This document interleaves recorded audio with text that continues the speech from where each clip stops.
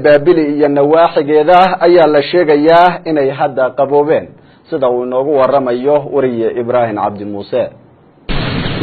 dhawaan ayay ahayd markii ay dagaal ka soo cusboonaadeen xuduudda u dhaxaysa labada deegaan ee Oromada iyo Soomaalida gaar ahaan baabili iyo nawaaxigeeda waxaana dadkii deganaa baabili erar iyo nawaaxigeeda soo gaaray khasaaro xoog leh oo saameeyay noloshii dadkii ku dhaqnaa aagaasi maadaama oo guryahoodii laga gubay hantidoodiina laga dhacay haddaba TV-ga dalka uu kurgalay dhacdadii halkaasi ka dhacday ayaa soo bandhigay qaabka ay wax u dhaceen waana kuwan qaar kamid dadkii ka soo barakacay deegaanka Oromada iyagoo afka Oromada ku hadlayana sheegay in lagu yiri naga dhaxguura maadaama asalahan hawiye ka soo jeedaan oo aad Soomaali tihiin dadkanina ma aha dad afka Soomaaliga yaqaan oo Soomaali la deganaa ama ku dhax koray ee waa dad waligoodba Oromo dhex deganaan jiray oo iyaga uun ka tirsanaa waxa ay dadkani qirayaan in si cad loogu yiri dhulkan aad degantihiin ka guura oo orda Soomaalida dhul u doonta anagdaanama qowdu waxa anaga labadayada dhinacna kala kaxeeyay ee dhibkan keenay waa dad nabad aan rabin oo cadow ah laakiin anagu waxaanu ku dhalanay oo aanu waliba ku kornay gudaha deegaanka Oromada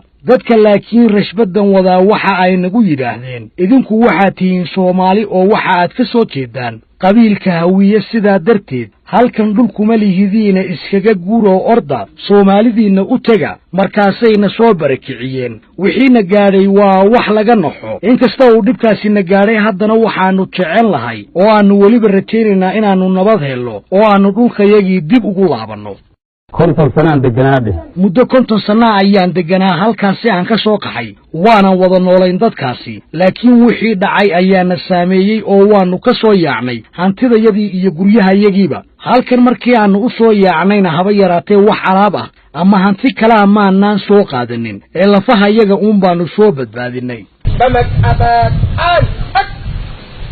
intaasi kadibna waxa xaaladda halkan ka dhacday wax laga weydiiyay mas'uuliyiinta ciidanka difaaca qaranka ee goobtaasi ku sugan ee ku hawlan xasilinta amniga waxayna sheegeen in rabshadii halkaasi ka dhacay geysteen khasaare naf iyo maalba leh laakiin ay hadda xaaladdu waxoogaa degan tahay ቀደም ሲል የተለያዩ ግጭቶች ነበሩ